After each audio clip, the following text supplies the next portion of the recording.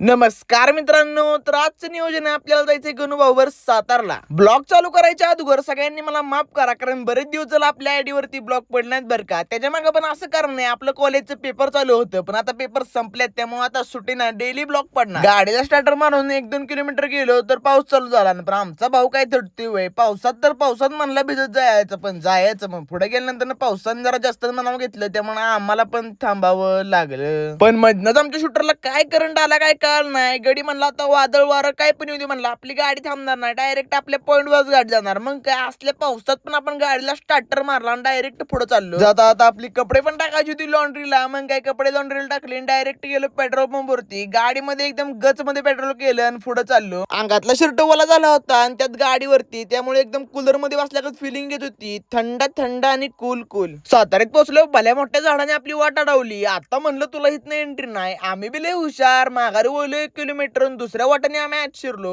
साताऱ्यात पोहोचल्यावर झालं ना आपल्याला दर्शन. आता शूटर भेटलेला, शूटरला पण आपल्यावर घेतलं डायरेक्ट गेलो आपण खनाळीमध्ये. तिथली 1-2 किरकोळ कामं मिटावली, तिथनं आम्ही डायरेक्ट गेलो मोबाईलच्या ऍक्सेसरीजच्या दुकानामध्ये, जिथं आमच्या गणूभाऊला बघायचं होतं ब्लूटूथ. नुसतं बघायचं होतं, बघितलं पण घेतलं नाही. इथनं डायरेक्ट चाललोय सोमाकडं. सोमाकडे आल्यावर तिथं पण आपण नुसतं ब्लूटूथ बघितलं. तेवढ्यात आला आपला आद्या भाई. आद्या भाई आलाय म्हणल्या पोज मारणार नाही असं होणारच नाही. तिथनं आपण डायरेक्ट गेलो जेवायसाठी. मग काय मस्त पैकी चिकन थाळी मागवली, जेवण बिवण झालं. जेवण झाल्यावर म्हणलं काहीतरी मिठ्ठा झालं पाहिजे, म्हणून आम्ही आईस्क्रीम मागवलं. तर आजचा ब्लॉग इथे एंड करतो. आलायस तर तेवढं फॉलो करून जावा.